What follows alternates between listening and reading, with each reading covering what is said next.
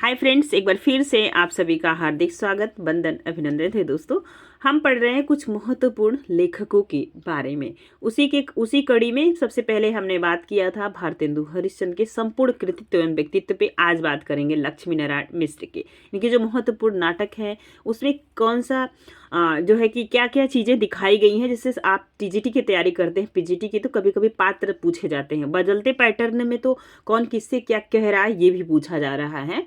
तो आइए देखते हैं हम कुछ महत्वपूर्ण चीज़ें लक्ष्मी नारायण मिश्र से। इनका जन्म 1903 और इनकी मृत्यु 1987 ईस्वी को हुई है। लक्ष्मी नारायण मिश्र का जन्म 1930 आजमगढ़ के बस्ती ग्राम में हुआ था।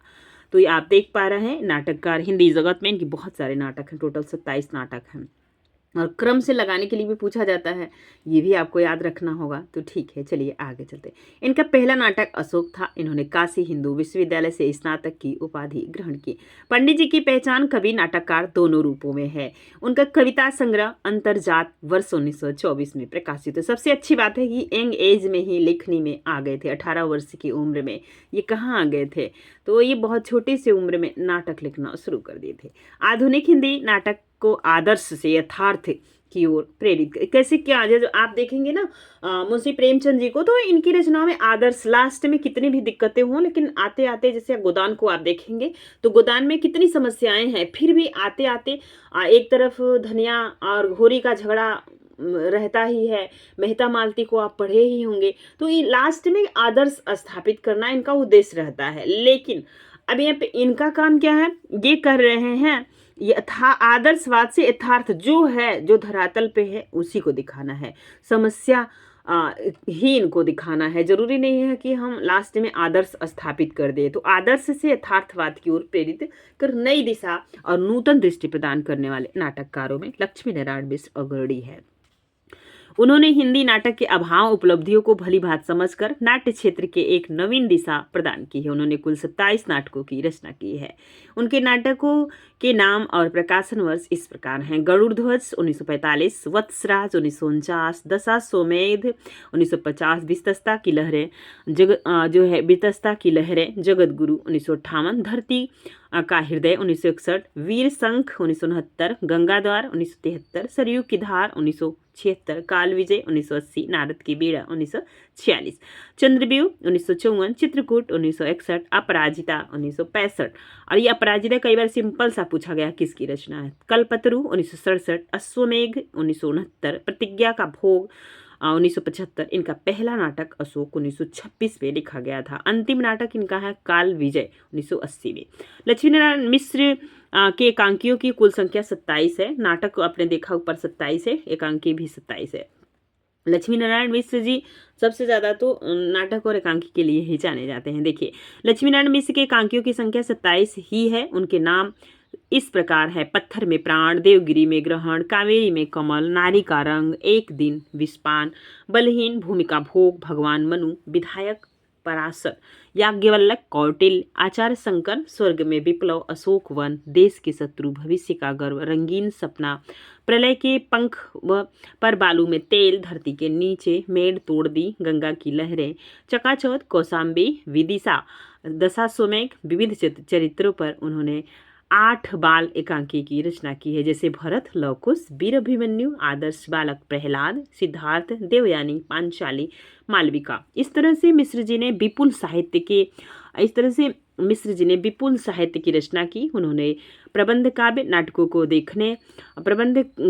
नाटकों को देखने से लगता है कि मिश्र जी का झुकाव सबसे अधिक पौराणिक पात्रों की ओर है। इसके बाद वे इतिहास की ओर आकृष्ट होते हैं, लेकिन पुराण और इतिहास की घटनाओं तथा चरित्रों को उन्होंने अपने ढंग से तोड़ मोड़ दिया है। ऐतिहासिक घटनाओं पर लिखते समय वे काल के अंतराल पर भी ध्यान नहीं देते, इसलिए उनके इतिहास पर आधारित नाटकों को ऐतिहासिक कहना ही उचित है। प्रसाद के समान ऐतिहासिक शोध और दृष्टि का वहाँ अभाव है। सामाजिक विषयों ने भी उन्हें आकृष्ट किया। उन्होंने समस्या नाटकों की शुरुआत की, लेकिन वे पूर्णतः समस्या प्रधान नहीं है, याद रखेंगे, क्योंकि कूट वाले प्रश्न बनेंगे। तो आप ध्यान दीजिएगा, पक्ष और प्रतिपक्ष के द्वंद्व का वहाँ अभाव है। क्या है अभाव? अब चलिए एक एक इनके नाटकों पे बात करते हैं। सबसे पहले आप देखेंगे सन्यासी के माध्यम से मिश्र जी हिंदी साहित्य में पहली बार बौद्धिकता की स्थापना की। द्विवेदी युग आदर्शवादी था, छायावाद युग भाव की प्रधानता देता था। इसके विपरीत मिश्र जी ने व्यक्ति के जीवन पर देश और काल की समस्याओं के प्रभाव का चित्रण किया। सामाजिक समस्याओं का उभरने के लिए उन्होंने यथार्थ चरित्र की कल्पना की। सन्यासी की भूमिका में मिश्र जी कहते हैं, मैंने अपने चरित्रों को जिंदगी की सड़क पर लाकर छोड़ दिया। वे अपनी प्रवृत्ति और परिस्थिति की चक्करदार घेरे में होकर रुकते हुए, थकते हुए, ठोकर खाते हुए आगे बढ़ गए हैं और मैं बराबर एक सच्चे जिज्ञासु की तरह उनके पीछे बड़ी सावधानी से चलता रहा हूँ। सन्यासी के केंद्र में शिक्षा से उत्पन्न होने वाली प्रेम की समस्या राजनीतिक तो इसका एक प्रसंग मात्र है। उठाई गई समस्या के प्रति मिश्र जी भावात्मक दृष्टिकोण है। त्याग, प्रेम आदि को वे भारतीय दृष्टि से देखते हैं। फिर भी इस समस्या की पक्ष और प्रतिपक्ष दोनों हैं। लेखक समाधान नहीं करता। मिश्र जी भारतीय दृष्टिकोण रखते हुए भी समस्या को उठाकर अपने पक्ष प्रतिपक्ष में पूरा तर्क देते हैं। उन्होंने बौद्धिकता सनातनी संस्कारों में बधी होती है। उनकी बौद्धिकता सनातनी संस्कारों में बधी होती है। उन्होंने एक बौद्धिक की तरह सामाजिक और व्यक्तिक जीवन के द्वंद्व को उभारा है। उनके नाटक में समसामयिक जीवन की शैक्षिक, राजनीतिक, सामाजिक समस्याओं के स्थूल द्वंद्व प्रकट होते हैं। दूसरी ओर व्यक्ति के मनोजगत में विद्यमान विवेक और विभिन्न मनोवृत्तियों के संघर्ष, नैतिक और अनैतिक के समीकरण तथा व्यक्ति के अंदर छिपे देवत्व और दानवता के द्वंद्व भी विश्लेषित होते हैं। मिश्र जी ने उसी समय अनुभव किया था कि जीवन में राजनीति को जितनी जगह मिली है, साहित्य में भी उसे उतनी ही जगह मिलेगी। अब देखेंगे राक्षस का मंदिर की कथा सन्यासी की अपेक्षा अधिक समन्वित है। सभी पात्र एक दूसरे से जुड़े हुए हैं। यह एक ऐसा समस्या मूलक नाटक है जिसके अंदर मिश्र जी 1932 में ही गांधीवादी आंदोलन के अंतर्विरोधों को पहचान लिया था। मिश्र जी ने तथाकथित देश सेवकों के चरित्र के दोषों को नाटक के केंद्र में रखा। सन्यासी के समान इसमें भी व्यक्ति स्वतंत्र का प्रश्न उठाया गया है। वहाँ यह बात मुरलीधर करता है। अब मुरलीधर पूछा जाएगा पात्र किसका है, तो राक्षस के मंदिर का। यहाँ रामलला व्यक्ति स्वतंत्र की बात करता है, लेकिन कविता की पुस्तक पढ़कर प्रेम का उत्पन्न होना स्वच्छंदतावादी दृष्टिकोण है।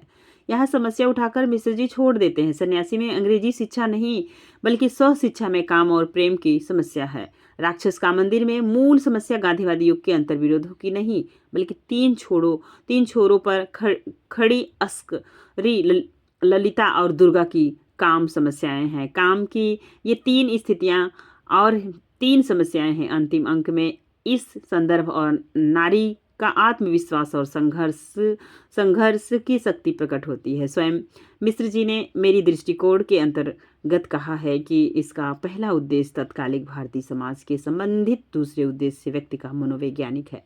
मिश्र जी इस समय की स्वार्थपरता, आदर्शहीनता और असहिष्णुता को दिखाकर संकेत करते हैं कि इन समस्याओं को दूर करना होगा। वे शिक्षित लोगों के बीच मनोद्वंद को भी उभारते हैं। इनका अंतर्विरोध नाटक के आरंभ से अंत तक है। मुक्ति का रहस्य के अब देखेंगे तीसरा इनका नाटक जो महत्वपूर्ण है, बार बार इसके विशेष पूछे जाते हैं आपसे कि किस नाटक में किन समस्याओं को इन्होंने उठाया है। इसके लिए इसके पर्पज से आप एक लाइन में नोट कर लीजिएगा।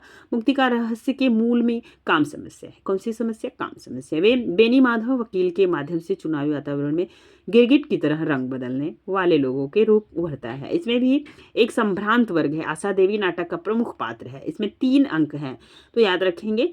कथा वस्तु की दृष्टि से तीनों अंक की योजना ठीक से की गई है। तीनों अंक आप बारी बारी से आप देख लीजिएगा कौन कौन से हैं। आइए देखते हैं अंक में कौन से अंक में क्या है।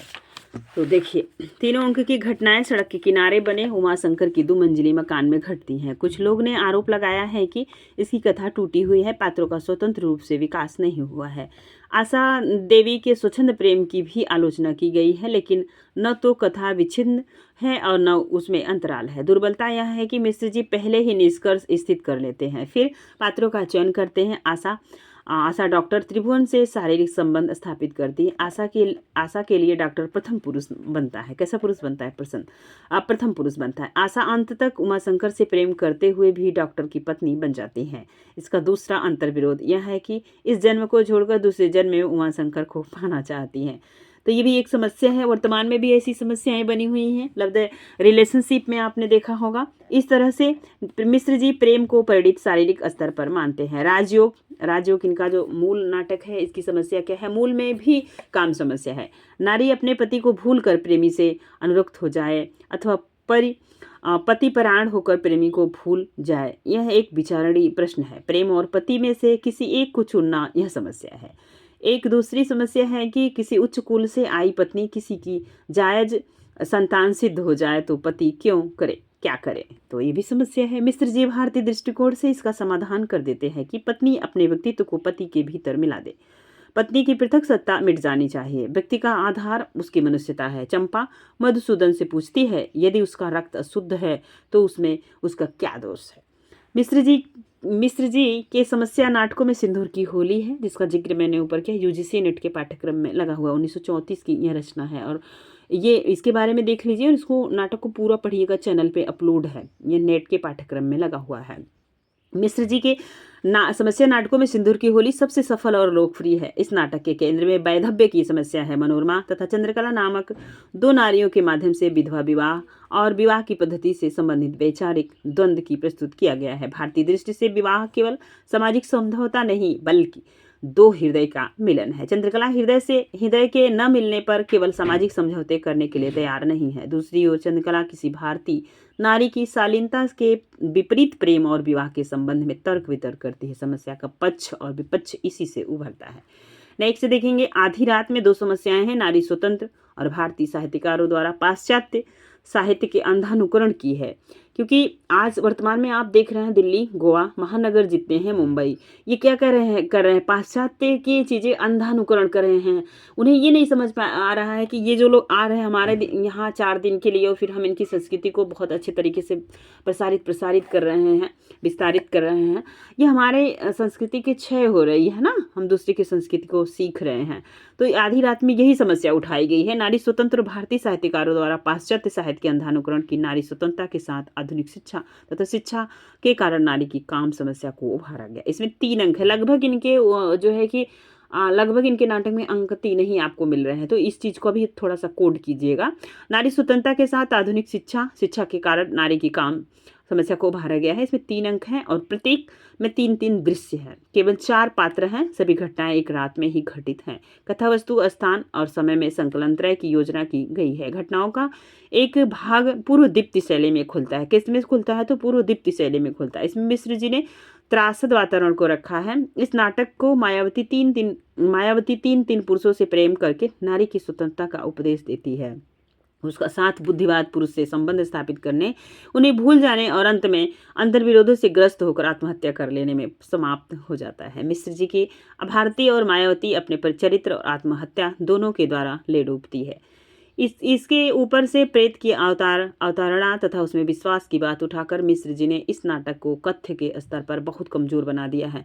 प्रकाश चंद्र को छायावादी कवि का प्रतिरूप बनाकर मिश्र जी ने व्यंग किया है। अशोक, गरुड़ध्वज, वत्सराज, दशाश्वमेध, कवि भारतेंदु, वितस्ता की लहरें और मृत्युंजय की कथा इतिहास और संस्कृति दोनों से संबंधित है। तो ये इन सभी नाटकों में क्या है? इतिहास और संस्कृति दोनों से संबंधित है। मिश्र जी के ऐतिहासिक सांस्कृतिक नाटकों में शिल्प पाश्चात्य नाटकों का है। भारतीय नाट्यशास्त्र की योजना कहीं नहीं है। इसमें से अधिकांश के अंदर घटनाएं कम, मृत्युंजय में तो एक भी घटना नहीं है, मृत्युंजय में कोई घटना नहीं है। ठीक, अशोक देखेंगे, मिश्र जी का प्रथम नाटक है। इसमें उनका नाट्य शिल्प सध नहीं पाया है। अपने कल्पना के माध्यम से नाटककार ने ऐतिहासिक कथानक को जहां तहां बदल दिया है। इसमें तत्कालिक भारत की राजनीतिक और सामाजिक स्थितियों का चित्रण है। सनातन धर्मावलंबी और बौद्ध को संघर्ष तथा यूनानी को भारत आगमन को दिखाया गया है। इसलिए इस नाटक को इतिहास आश्रित सांस्कृतिक नाटक है। गरुड़ध्वज उनका नेक्स्ट नाटक है। गरुड़ध्वज का कथानक शुंग युग का है। इसके केंद्र में आचार्य विक्रमादित्य का उदात्त चरित्र है। इसका मूल उद्देश्य है राष्ट्र की एकता, भारतीय संस्कृति की उदारता का प्रतिपादन है, किंतु इसमें इतिहास को बहुत तोड़ा मरोड़ा गया है। मिश्र जी ने इस युग की घटनाओं को अपने ढंग से जोड़ा तोड़ा है। 3 कालों की घटनाओं को एक स्थान पर एक व्यक्ति के नाम से जोड़ने का अधिकार लेखक को नहीं होता। इसमें 3 अंक हैं जिनमें पात्र भी अधिक हैं। किशोरियों की काम भावना और अपनी संस्कृति और धारणा को दिखाने में मिश्र जी बहक गए हैं। वत्सराज की कथा भास के 2 नाटकों से ली गई है। उदयन के चरित्र मिश्र की अभिभूत है। उदयन के माध्यम से नाटककार ने जैन धर्म, बौद्ध धर्म, निरीश्वरवाद का विरोध किया है।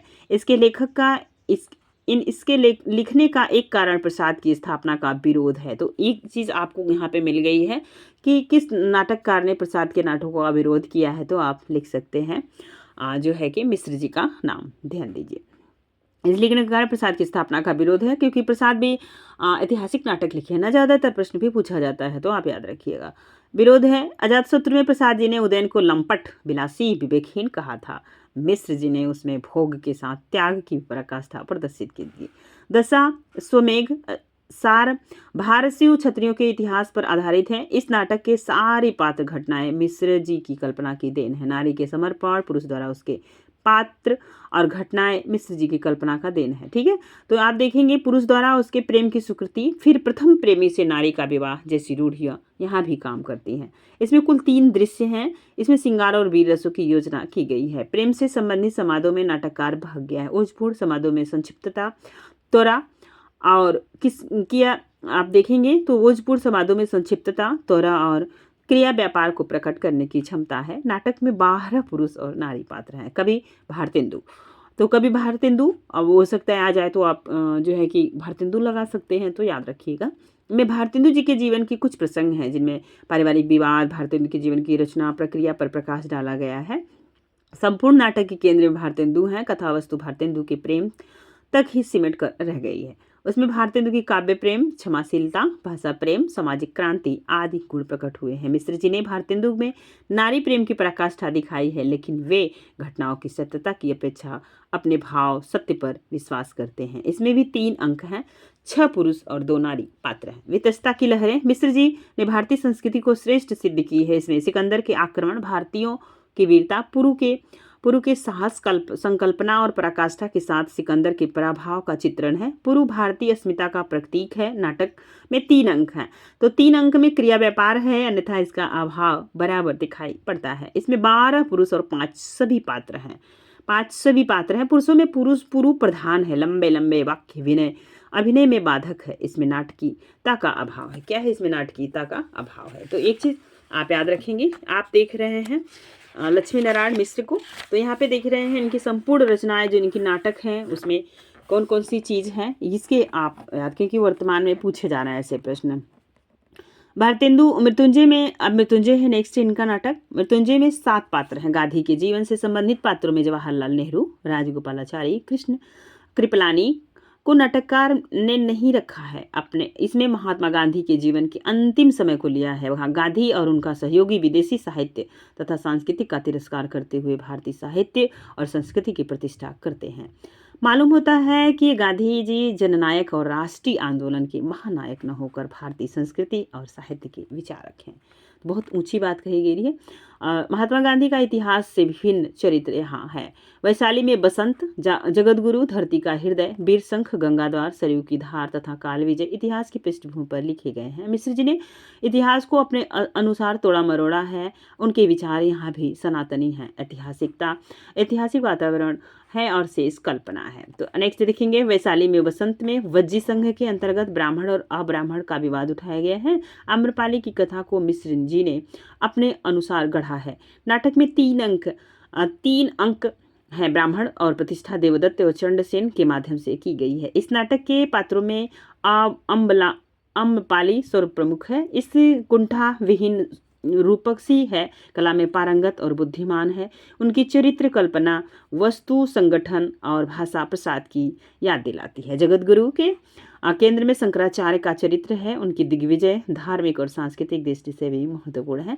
लेकिन यहाँ भी कार्य व्यापार की कमी है। घटनाओं की सूचना संवादों से दी गई है। इसमें 10 पुरुष 2 स्त्री पात्र हैं, किंतु आरंभ से अंत तक शंकराचार्य के चरित्र की प्रधानता है। मंडन मिश्र के शास्त्रार्थ और माँ के सवदाह तक की नाटक सीमित है। यह नाटक भी अभिनय की अपेक्षा सिद्धांतों की दृष्टि उल्लेखनीय। एक चीज आप याद रखेंगे, जब आप पढ़ेंगे जो है कि हरि कृष्ण, आगे आप पढ़ेंगे हरि कृष्ण प्रेमी को। इसके पहले आप पढ़ रहे थे लक्ष्मी नारायण मिश्र को, तो इनके संपूर्ण नाटकों को आपने देखा, कौन से नाटक में क्या चीज़ें। एक चीज़ याद रखिएगा, 3 अंक का ज़्यादा से ज़्यादा नाटक लिखने वाले कौन है? लक्ष्मी नारायण मिश्र। तो आपने बहुत कुछ सीखा होगा। यदि वीडियो पसंद आए तो प्लीज़ लाइक शेयर कमेंट कीजिएगा और अपने दोस्तों को साझा कीजिएगा। आज के लिए बस इतना ही, फिर मिलेंगे नेक्स्ट वीडियो में।